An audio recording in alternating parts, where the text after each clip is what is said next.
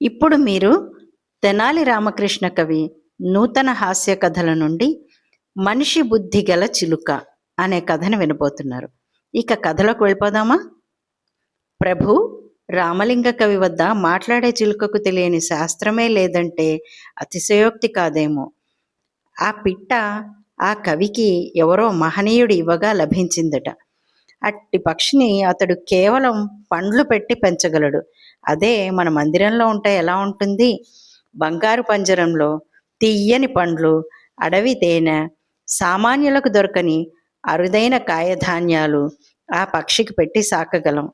దానికి మరింత మేధస్సు పెరగగలదు అని పట్టపురాణి రాయలవారి దృష్టికి తీసుకెళ్ళింది. ఎలాగైనా ఆ రామచిలుకను తను పెంచాలనే కోరికతో ఓ రాత్రి తన మందిరంలో రాయలవారిని కోరింది. మహారాణి, ఆ కవి వద్దనున్న చిలుక ఎందుకు? అంతకంటే మరింత అందమైనది తెప్పించి ఈ మందిరం నింపగలను. ఆ కవి ఒక రకంగా తిక్క మనిషి. ఏమాత్రం భయపడకుండా ఇవ్వనని మొండికేసినా మనమేమీ చేయలేం. నచ్చజెప్ప చూశాడు రాయలు. మన్నించండి మహారాజా, ఆ చిలుక పలు శాస్త్రాలను వల్లెవేసింది. అది విన్నప్పటి నుంచి దానిని పెంచాలని, దాంతో సరదాగా గడపాలని ఆశపడుతున్నాను. నా ఈ చిన్ని కోరిక తీర్చండి అని వేడుకుంది. రాయలు ఆలోచించి చివరికి పట్టపురాణి చిరుకోరిక కాదనలేక సరేనని మరుసటి రోజు రామలింగ కవిని స్వయంగా అడిగారు. అందుకు రామలింగ కవి అయిష్టంగానే ఒప్పుకున్నాడు. క్షణాలలో పంజరంలో చిలుక పట్టపురాణి ఇంటికి చేరింది. రామలింగ, నీవు ఇంత త్వరగా ఒప్పుకుంటావు అనుకోలేదు. నీవు చాలా వింతైన మనస్సు గలవాడివి. ఏది ఏమైనా మా రాణివారి కోరిక నీ సమ్మతితో తీర్చాను అని రాయలు సంబరంగా చెప్పారు. ప్రభు, ఆ చిలుక మనిషి బుద్ధి గల పక్షి. అది ఒక ముని ఇవ్వగా పుచ్చుకున్నాను. అది తర్కశాస్త్రంలో దిట్ట. నా వద్ద చాలా కాలంగా ఉన్నా దానికి రాజుల నీడను బతకాలనే ఆశ ఎక్కువ. ఈరోజు చాలా సంబరపడిపోయి ఉంటుంది. పోనీ నా వద్ద ఏం తింటుంది? పండ్లు, నేతి మిఠాయిలు తప్ప. రాణివాసంలో ముద్దు ముచ్చటగా జీవించగలదు. ప్రతి రాత్రి దాని చిలుక పలుకులు వింటూ నిద్రపోయేవాడిని. తమరి మాట కాదనలేక ఇచ్చాను. దీనవదనంతో చెప్పి బయలుదేరాడు రామలింగుడు. రాయలకు ఆ చిలుకను తక్షణం చూడాలనే ఆశ పుట్టి వెంటనే పట్టపురాణి ఇంటికి వెళ్ళాడు. అక్కడ బంగారు పంజరంలో చిలుక ఉల్లాసంగా కనిపించింది. రాణి, ఆమె దాసీ జనాలు చుట్టుముట్టి కేరింతలు కొట్టసాగారు. రాయలను చూడగానే రాజాధిరాజ, యువరాజ్య స్థాపనాచార్యుడా, సాహితీ సమరాంగణ చక్రవర్తి, స్వాగతం సుస్వాగతం అని పంజరంలోంచి ఎలుగెత్తి పలికింది చిలుక. అంతా నోళ్లు వెళ్ళబెట్టి మరీ విన్నారు. రాయలు మతి తప్పిన వాడిలా పంజరంలోకి చూశాడు. నిశ్శబ్దం అక్కడ చోటు చేసుకుంది. ఓ సుఖరాజమా, నీ చతుర సంభాషణ నన్ను చాలా ఆనందింపచేసింది. ఎవరు నేర్పారు నీకు మధుర పలుకులు అని పంజరంపై చిటిక వేసి మరీ అడిగారు. విద్య ఒకరు నేర్పితే వచ్చేది, కానీ నాకు ఎవ్వరూ నేర్పలేదు. గురువు లేని విద్య నాకు అబ్బింది. అది ఎట్లన్నా, చెట్టు తొర్రలో శిశువుగా ఉన్నప్పుడు ఒక బోయవాడు నా తల్లిదండ్రులను వధించి నన్ను, నా తోబుట్టువులు, ముగ్గురు అన్నదమ్ములను వాడి బుట్టలో వేసుకుని ఇంటి ముఖం పట్టాడు. బుట్టలో మా పక్కనే జన్మనిచ్చిన నా తల్లిదండ్రుల శవములను చూసి మా అన్నదమ్ములు కంటికి మింటికి ఏకధాటిగా ఏడ్చాం. పసివాళ్ళం, ఎగరటానికి రెక్కలు ఇంకా రానందున బిక్కుబిక్కుమంటూ ఉన్నాం. బోయవాడి గుడిసెలో వాడి పిల్లలు బుట్టలోంచి మమ్మల్ని తీశారు. పిట్టలన్నిటినీ వండమని చెప్పాడు బోయవాడు. మరీ పిల్లపచ్చులు కొన్నాళ్ళు పోయాక వండుకుంటే బాగుంటుంది అని అతడి పెళ్ళాం చెప్పి మా తల్లిదండ్రులను నిప్పుల మీద కాల్చి ఆ తల్లి పిల్లలు ఇష్టంగా తినే దృశ్యం ఇంకా నా కళ్ళలో కదలాడుతోంది. ఆ రాత్రి ఆ బోయ గుడిసెలో నన్ను తప్ప మిగిలిన నా సోదరులను ఒక పిల్లి వచ్చి ఎత్తుకుపోయింది. ఒంటరిగా ఉన్న నన్ను ఆ బోయ పిల్లవాళ్ళు ఆడుకునేందుకు అడివంతా తిప్పేవారు. వారు దయాహీనులు. వారి రాక్షస క్రీడకు ప్రాణములు ఏ క్షణానైనా పోయేవి. ఆ అడవిలో దర్భలు ఏరుకుంటున్న ఓ ముని నన్ను చూసి, ఏ పిల్లలు, ఆ చిన్ని చిలుక నిలువుగుట్లు వేయుచున్నది, కొంచెం నీరు పట్టినా బతకచ్చు అని జాలిపడ్డాడు. ఇది చస్తే కాల్చుకు తింటాం అని బదులిచ్చి ఆ రాకాసి పిల్లకాయలు మరింత నన్ను హింసించారు. ఆ మునికి కోపం వచ్చి వారి నుంచి నన్ను లాక్కుని దయతో సాకారు. అతడు రాచబిడ్డలకు విద్యలు నేర్పేవాడు. అవి విని నేను కూడా నేర్చుకున్నాను. ఆ గురుకులంలో చాలా కాలం ఉన్నాను. ఒకసారి ఆ ముని తనను చూడవచ్చిన రామలింగనికి నన్ను ఇచ్చి, ఇది ఓ వింతైన చిలుక, శాస్త్రము తెలిసింది, నీకు పనికి వస్తుంది అని చెప్పాడు. అప్పటినుంచి ఆ కవి వద్ద నేటి వరకు ఉన్నాను అని తన పాత జీవితం గురించి చెప్పింది. ఆ కథ విని రాణి బొటబొటా కన్నీరు కార్చింది. ఆమెను చూసి దాసీజనం కూడా కన్నీరు మున్నీరయ్యారు. రాయలు విచారవదనంతో ఆ శయన మందిరంలో తల్పంపై నడుము వాల్చాడు. దాసీలంతా వెళ్ళిపోయారు. తన కాళ్ళ దగ్గర కూర్చున్న రాణిని చూసి, దేవి, పశుపక్షాదుల్లో కూడా ఇలాంటి గాథలుంటాయా అని బాధపడ్డాడు. ఆ తర్వాత మౌనంగా ఉండిపోయారు. పంజరంలో చిలుక, నా గురించి మీరు బాధపడకండి, ఆనందంగా ఈ రేయి గడపండి అని మృదు మధురంగా పలికింది. ఇద్దరూ అయోమయంగా పంజరం వైపు చూశారు. తెల్లవారుతుండగా రాణి తల్పంపై నుంచి లేచి దుస్తులు సరిచేసుకుని పంజరం గుర్తుకు వచ్చి అటు చూసింది. చిలక నిశ్చల చిత్రంలా కనిపించింది. దగ్గరకు వెళ్ళి చూసింది. రేయి బాగా గడిచిందా? రాయలవారు రసికులే అని నవ్వింది. ఆ మాటలకు రాణివారికి నిలువెత్తు సిగ్గు ఆవరించింది. మళ్ళీ ఒక పక్షి మాటలకు తాను సిగ్గుపడినందుకు నవ్వుకుని, ఏయ్, నువ్వు మరీ భలే కొంటె చిలుకవు అని అభినందించి తీయని పండ్లు పెట్టింది. ఓ పట్టపురాణి, నీకు రాయలవారంటే ఎంతో ఇష్టం కదూ అడిగింది చిలుక.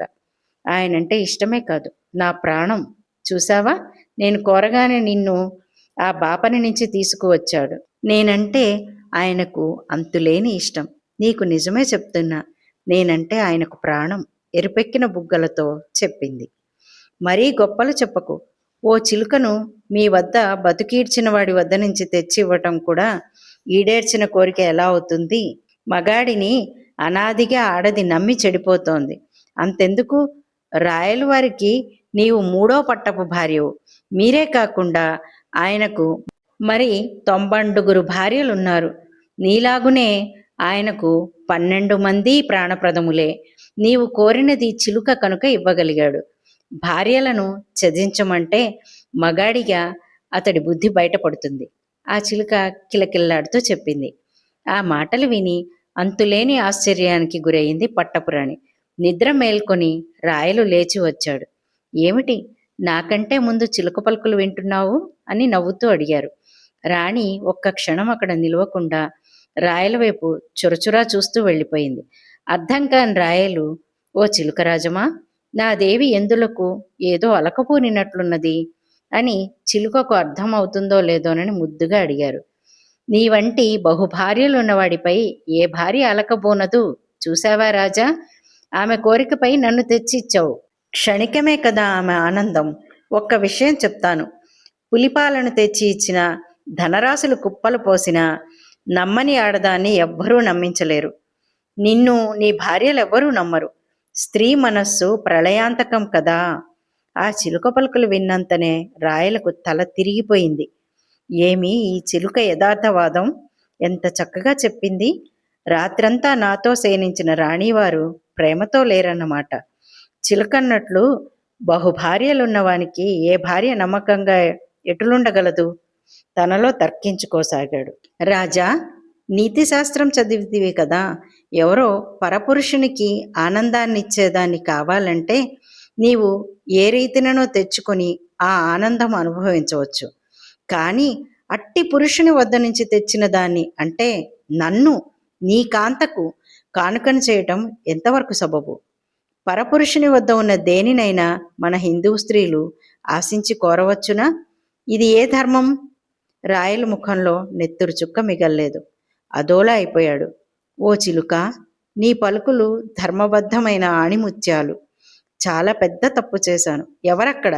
ఈ బంగారు పంజరంలో గల చిలుకను మా మందిరంకు తక్షణం చేర్చండి అని దాసీలకు ఆదేశించి వెనుతిరిగి వెళ్ళిపోయాడు. రాయలు పట్టపురాణి వారి మందిరం నుంచి చెప్పా పెట్టకుండా వెళ్ళిపోయినందుకు ఒక రకమైన కలకలం మొదలైంది. కొంతమంది దాసీలు, అమ్మా, ఈ చిలుకను మహారాజు మందిరానికి పంపించేయమన్నారు. ఆయన ఎందుకో చాలా కోపంగా ఉన్నారు. మీరేమో స్నానానికి వెళ్ళారు. ఏం జరిగిందో ఏమో అని భయంతో విన్నవించారు. రాణివారికి ఏమీ అర్థం కాలేదు. పంజరంలో చిలుక మరింత ఉల్లాసంగా ఉంటూ, ఓ పట్టప్రాణి, రమ్ము, చూశావా నీ విభుడు, నీవంటే పడు చచ్చునంటివి, ఏది అతని ప్రేమ? వంతుల వారీగా భార్యలతో ఉన్నవాడికి నీ ఒక్కదానిపై ఏ శాతం ప్రేమ ఉంటుంది? ఎంత గుడ్డిగా నమ్మి ఆరాధించుచుంటివి. నిన్ను చూస్తుంటే ఎనలేని జాలి వేయుచున్నది. నీతో ఏమైనా అన్నారా? దాచకుండా చెప్పు, ప్రాధేయపడింది పట్టపురాణి. ఆమె కళ్ళు పెద్దవయ్యాయి. ఓ పట్టపురాణి, నీవును ధర్మశాస్త్రములు చదివితివి కదా, పరపురుషుని వినోదాన్ని నీవు కోరొచ్చా? నేను రామలింగ కవి వద్ద ఉన్నాను. ఇళ్లకాకుల్లాంటి నీ దాసీల కన్నుల్లో పడ్డాను. వారు అద్భుతమైన రామచిలుక ఉందనటం, నీవు ఉచితానుచిత జ్ఞానం లేక ఏకంగా రాయలవారినే కోరడం, బహుభార్యాలోలుడైన ఆ రాజు ముందు వెనకలను ఆలోచించక ఆ చిలుకను నీకు తెచ్చి కానుకను చేసినందుకు ఇప్పుడిప్పుడు తను చేసింది తప్పని తెలుసుకుని క్రుద్ధుడైనాడు. రామచిలుక అర్థమయ్యేలా చెప్పింది. పట్టపురాణి ఆ మాటలకు భయభ్రాంతైపోయింది. నేను తెలియక తప్పు చేశాను అని బావురుమంది. దాసీలు ఆమెను ఓదార్చారు. అందులో ఓ దాసి, అమ్మా, ఈ దిక్కుమాలిన చిలుక వచ్చింది, అనర్థాలు దాపరించాయి. ఈ పాడు చిలుక మహారాజు గారికి ఏమేమో నూరిపోసింది. మేము దూరం నుంచి విన్నాము, చెప్పింది చిలుకను చూసి గుర్రెత్తిపోతూ. నిజమే, ఇదంతా ఈ చిలుక ప్రభావమే. ఈ చిలుక నాపై చాడీలు చెప్పి ఉంటుంది. దీన్ని చంపి పాతరేయండి. ఇట్టి నీచపు పక్షులు బ్రతకరాదు. నాకు చెప్పింది మహారాజుపై. నేను నమ్మి ఆయనపై అలకబూని చెప్పకుండా స్నానానికి వెళ్ళిపోయాను. వచ్చేలోగా ఈ మొదనష్టపు చిలుక నాపై ఏవేవో రాజుగారికి చెప్పి మనస్సు విరిచింది. అసలు ఇది ఎక్కడ పెరిగింది? తెనాలి రామలింగని వద్ద. అతడికి పెంచి పోషించే రాజే లెక్క కాదు. మొన్న ఆ మధ్య భువన విజయంలో అందరి సమక్షంలో మహారాజునే ఆడిపోసుకున్నట్ట. అట్టి నోటి తీట గల వ్యక్తి పెంపకంలో ఈ నీచపక్షికి మనుష్యుల రాగద్వేషాలు బాగా వంటపట్టాయి. రాజుగారి మనస్సు విరిగితే అంత త్వరగా అతకదు. ఏం దారి అని పట్టపురాణి తల పట్టు కూర్చుంది. అమ్మా, దీన్ని వండుకుని తినేస్తామమ్మా. మనల్ని ఇంతగా బాధపెట్టిన దీన్ని వదలరాదు. ఒక దాసి ఎరుపెక్కిన కళ్ళతో చిలుక పంజరం వైపు కసిగా చూస్తూ అడిగింది. మరి మహారాజు గారు అడిగితే? రాణి భయం వ్యక్తం చేసింది. మీరు భయపడకండి, పంజరం తెస్తుండగా తప్పించుకుపోయిందని చెప్తే సరిపోతుందమ్మా. ఓసి దాసి, నన్ను చంపే శక్తి నీకుందే. నేను యథార్థవాదిని, అందుకే లోకవిరోధిని అయ్యాను. నేను ధర్మశాస్త్ర పారంగతుడను. నన్ను నిర్జించినా మీకు పుట్టగతులుండవు. స్త్రీ బుద్ధి ప్రళయాంతకమని ఊరికనే పెద్దలు చెప్పలేదు. ఓ రాణి, నీ వెనుక కూటికి చేరిన దాసీజనాల మాటలను పట్టించుకోవద్దు. ఇప్పటికైనా నీ పురుషుని ఆదేశాలను గౌరవించి నన్ను రాయల మందిరానికి చేర్చు. ధిక్కరించి మలి తప్పు చేయకు. చిలుక మాటలు విని పట్టపురాణికి పట్టరాని కోపం వచ్చింది. దరిద్రపు చిలుక, నీ గొంతు ఈ మందిరంలో నేను వినకూడదు. నా ఉసురు నిన్ను దహించి వేస్తుంది అని ఇంకా ఏమేమో అంటుండగా, జయము జయము రాణివారికి అని వినయంగా నిల్చున్నాడు కొత్వాలు. ఒక పత్రం చదివాడు. అది విని అంతా ఆశ్చర్యపోయారు. ఈ క్షణం నుండి పట్టపురాణి హోదా నుంచి తొలగించబడి కేవలం రాణిగా మాత్రమే మహారాజు గుర్తిస్తున్నట్టు ఆ పత్రంలోని సారాంశము. అంతవరకు 120 మంది దాసీజనాలతో కళకళలాడిన ఆ భవనంలో కేవలం 21 మంది దాసీలు మాత్రమే మిగిలారు. రాజుగారి ఆదేశాలు క్షణాల్లో అమల్లోకి వచ్చేశాయి. శోకమూర్తి అయ్యింది రాణి. ఆమె చుట్టూ మిగిలిన దాసీలు కూర్చుని ఆమెను ఊరడించసాగారు. మన్నించండమ్మా, మాకు రాణివాస ప్రవేశం నిషిద్ధం. కానీ ఉన్నపళంగా మహారాజు గారే ఆదేశాలు అమలు చేయమన్నారు. చివరగా తమ వద్ద ఉన్న బంగారు పంజరంలో గల చిలుకను అత్యంత జాగ్రత్తగా తీసుకురమ్మన్నారు. తీసుకుపోదినా తల్లి? కొత్వాలు చేతులు కట్టుకుని అడిగాడు. ఓయి, ఇదిగో నేనిందున్నాను. నీవు ఏ కొంత ఆలస్యంగా వచ్చినా నా ప్రాణములు నిలుచునవి కావు. ఇక్కడ దాసీజనాలు స్త్రీమూర్తులు గారు, కసాయిలకు ప్రతిరూపాలు. చిన్ని చిలుకను నన్ను చంపి తినే వరకు వెళ్ళారు. ఎటులనో ఆ మాట ఈ మాట చెప్పి ఇంతవరకు నా బతుకు బ్రతికి తిని, చెప్పింది చిలుక. కొత్వాలు అంతులేని ఆశ్చర్యంతో పంజరం వైపు చూడసాగాడు. అలా మాట్లాడే చిలుకను చూడటం ఇదే మొదటిసారి. అమ్మా, ఈ జుహీరిన్నిసా వలన మీకు ఇన్ని కష్టాలు వచ్చాయి. ఖతర్నాక్ చిలుక గురించి చెప్పాను. పాపం ముచ్చటపడి తెప్పించుకున్నాడు. ఇది పాగల్ పంచి మొత్తం మహల్ గలీజ్ చేసింది. రాజావారితో మీకు లడాయి పెట్టింది. రాజావారికి మై సచ్ బోల్తా హూ, ముజ్కో ఆజ్ఞా దీజియే అని కళ్ళనీళ్లు తిప్పుకుని మరీ అడిగింది ఒక దాసి. ఏ సాయిబుల బుచ్చి, నీవు వచ్చిరాని తెలుగు ఉర్దూ కూతలు కలగలిపి రాయలవారికి చెప్తే ఈ రాణమ్మకు మంచికి బదులు బహుత్ బురా చేస్తావు. అసలే తోక తొక్కిన పాములా రాయలవారు మీ సాయిబుల పద్ధతిలో మన రాణమ్మను తలాక్ తలాక్ తలాక్ అని 3 సార్లు చెప్పేయగలరు. అప్పుడు ఈ చిన్ని రాణివాసం ఉండదు. ఏ ఊరవతల విడిదికే పరిమితం అవుతారు అని పంజరంలోంచి పెద్ద గొంతుతో చెప్పింది చిలుక. జుహీరున్నీసా కోపంతో పండ్లు పటపటా కొరికి, చుప్ బద్మాష్, మార్ డాలుంగా అని చిలుకపై కస్సుమని అరచి ఇటు తిరిగి, అమ్మా, ఈ పిచ్చి చిలుక తలాక్ తలాక్ అని కూసింది. అంటే ఏమిటో మీకు తెలుసా? తలాక్ అని 3 సార్లు చెప్తే శాశ్వతంగా విడిపోవటం మా ముస్లింలలో ఉంది. ఈ చుప్పనాతి చిలుకకు మా మతం మీద కూడా పట్టుంది. దీని మాటలు వింటే గుస్సాగా ఉంది అని కళ్ళు తుడుచుకుంది. ఆ పక్కనే ఉన్న కటకానికి చెందిన ఓ దాసి చిలుకను చీదరించుకుంటూ, కదకుజిబో కాహికి, గొడొధయిబో కాహికి అని చెప్పి బాధపడింది. ఏమంటున్నావు? నాకు ఒక్క ముక్క అర్థం కాలేదు, జుహీరిన్నిసా అడిగింది ఆ ఓడ్రపు దాసి అమ్మాయి ఒరియా మాటలకు. పంజరంలో రామచిలుక రెక్కలు టపటపలాడిస్తూ, నన్నడుగు, నేను చెప్తాను. ఆ దాసి కటకానికి చెందినది.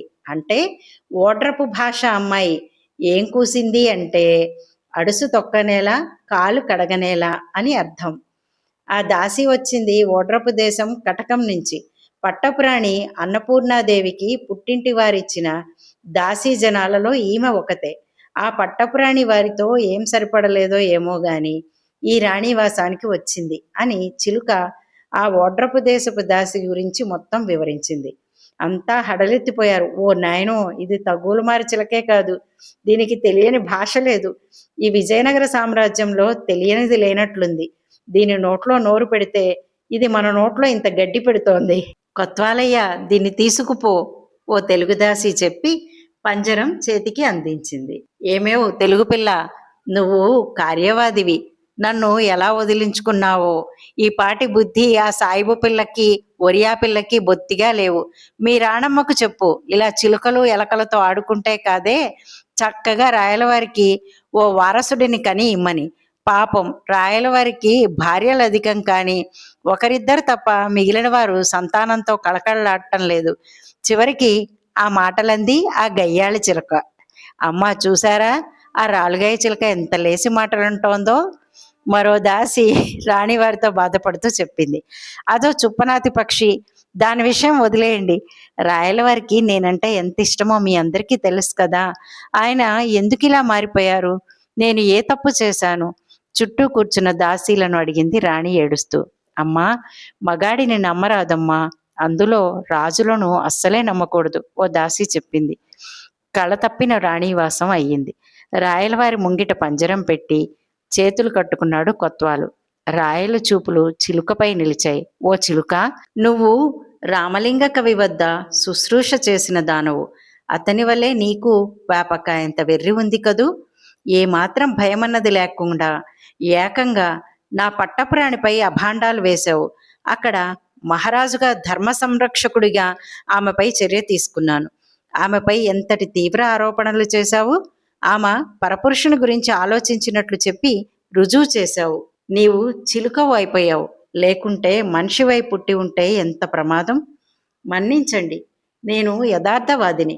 నేను చెప్పిన దానిలో నిజం లేకపోయినా నిజమే అనేట్టు భ్రమ ఉంది. అదే ఆమె పాలిట శాపం అయ్యింది. వాస్తవానికి ఆమె పరపురుషుని గురించి ఆలోచించలేదు. అమాయకంగా మాట్లాడే చిలుకను కోరుకుంది. ఇక్కడే ఆమె తెలియకుండా పొరపాటు చేసింది.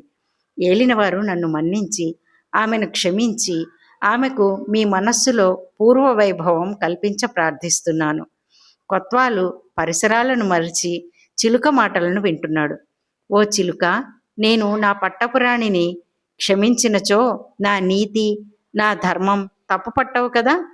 చెప్పాను రాజా, చేయని నేరం ఆమెది, కనిపించే నేరాన్ని శిక్షించే రాజరికం తమది. శిక్ష విధింపులో ధర్మబద్ధుడు అనిపించుకున్నారు. ఇప్పటికే ఆమె శోకమూర్తి అయ్యింది, ఆమెను కరుణించండి. రాయలవారికి ఇంతవరకు చిలుకపై ఉన్న కోపం ఇప్పుడు చెప్పిన ధర్మమైన మాటలకు చాలా వరకు తగ్గిపోయింది. సరిగ్గా అప్పుడే విచ్చేశాడు మహామంత్రి తిమ్మరుసు.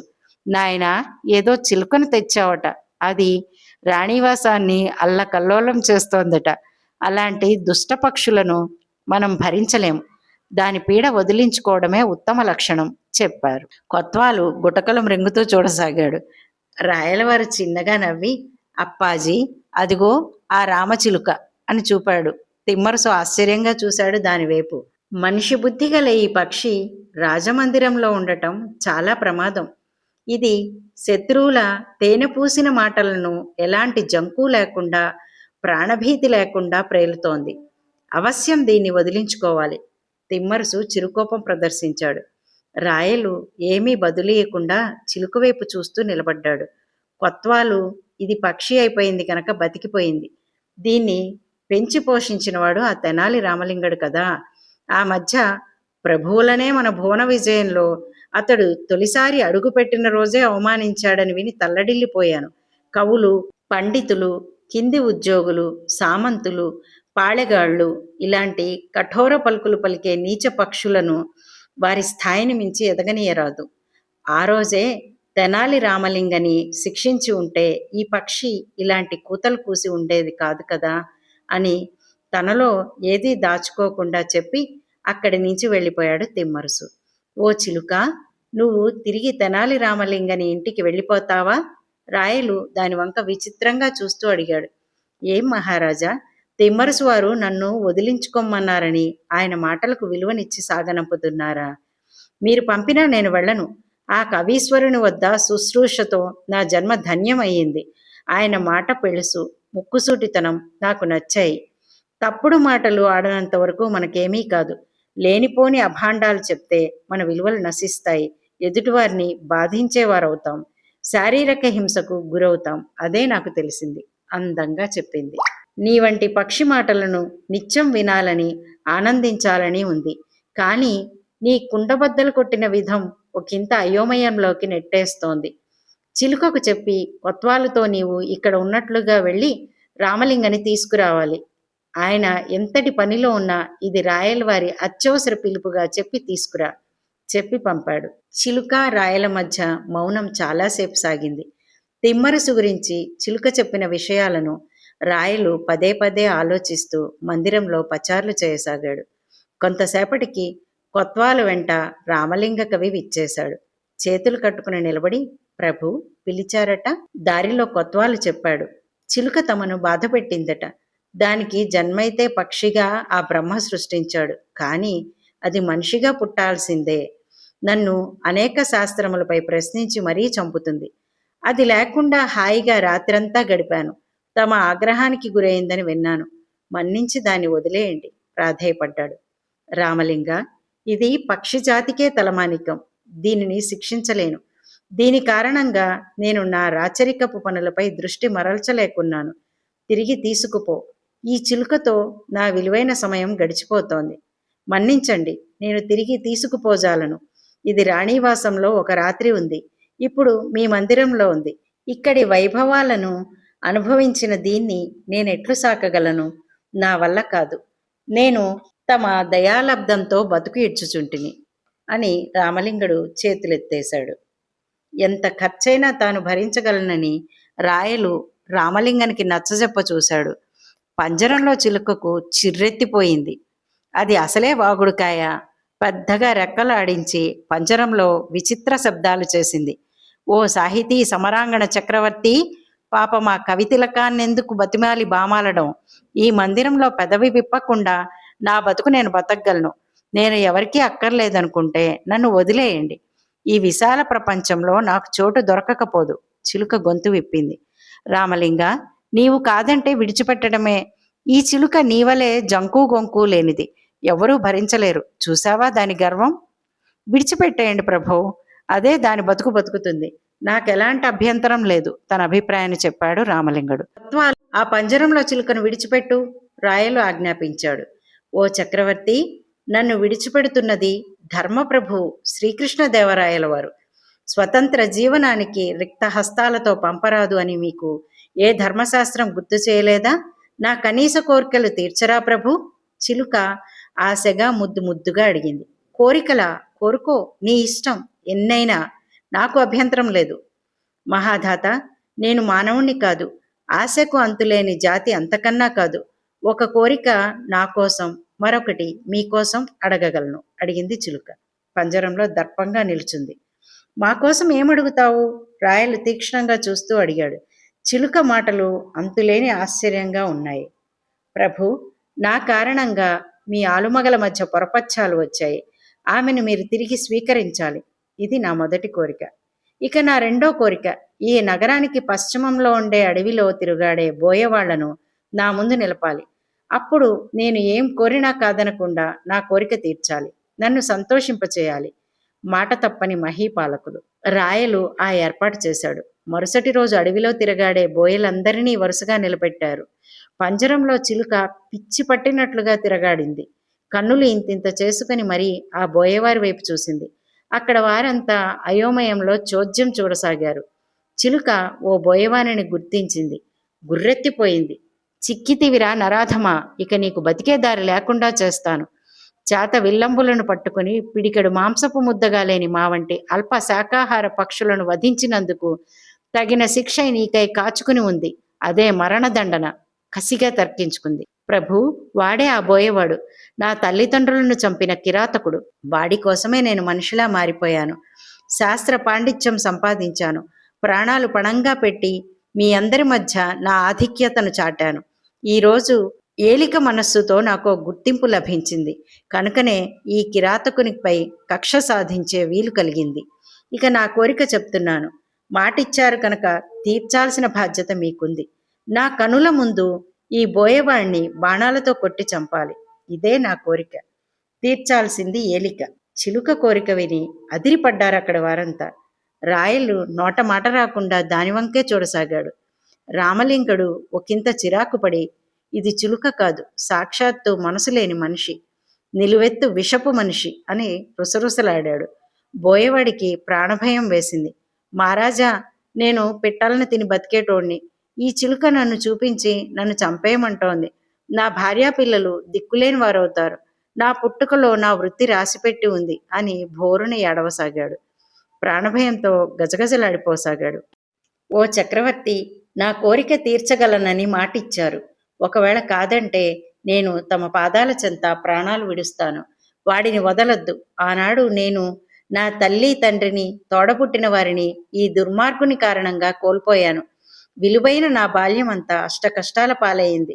ఆ బాధతో నా జీవితం వీడి కోసమే వెచ్చించాను. ఏదో తిని బతికి ఓ మనిషిలా పలు విద్యలు నేర్చుకున్నాను.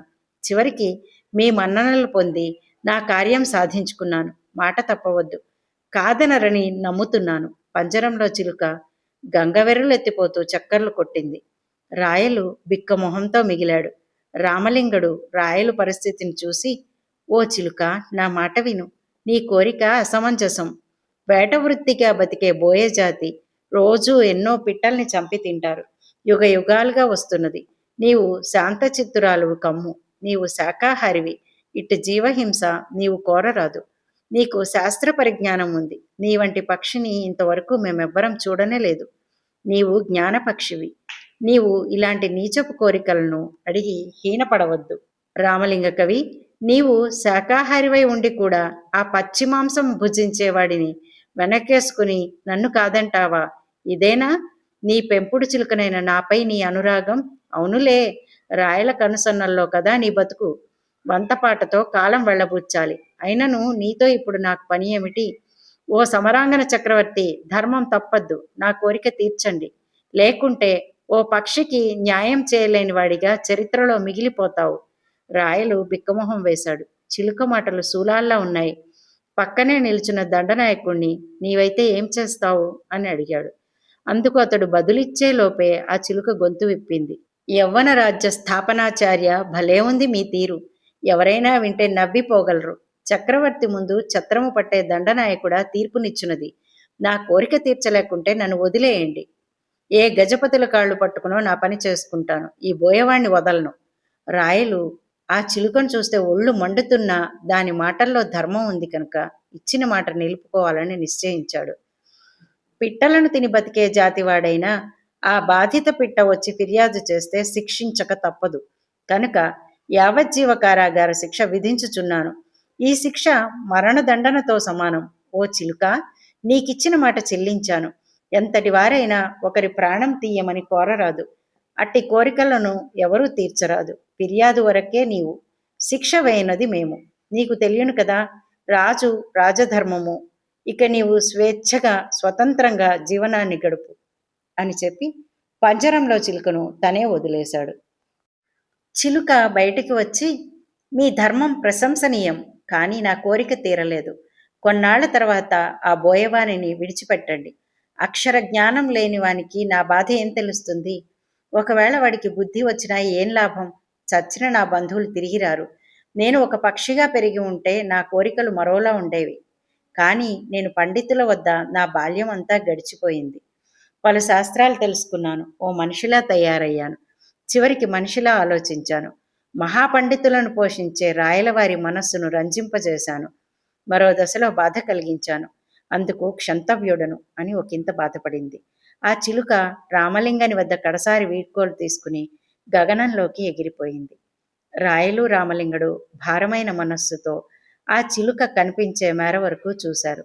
రామలింగ, మాట్లాడే చిలుకలను మైనాలను చూశాను, కానీ ఇలాంటి చిలుకను చూడలేదు. దానితో మాట్లాడితే సమయమే తెలియదు. మంచి విజ్ఞాన సంపద కలిగిన పక్షిరాజు. రాయలు చిలుకను సాకకుండా వదిలేశామన్న బాధతో నింగివైపు చూస్తూ చెప్పాడు. విచారించకండి ప్రభు, 2 ఏళ్లు పెంచాను. నాకెలాంటి బాధ లేదు. కారణం, అది స్వతంత్ర జీవనానికి వెళ్ళిపోయింది. మనం ఎంత వైభవంగా చూసినా స్వతంత్ర జీవనంలో ఉన్న ఆనందం వేరు కదా. రామలింగని మాటలకు రాయలు గాఢంగా నిట్టూర్చారు. కథ సమాప్తం. ఈ కథ మీకు నచ్చినట్లయితే మరిన్ని ఇలాంటి మంచి కథల కోసం నా ఛానల్ను సబ్స్క్రైబ్ చేసుకుని పక్కనున్న బెల్ బటన్ని యాక్టివేట్ చేసుకోండి. లైక్ చేయండి, షేర్ చేయండి. మీ విలువైన అభిప్రాయాన్ని తప్పకుండా కామెంట్ చేయండి. ఉంటానండి. నమస్కారం.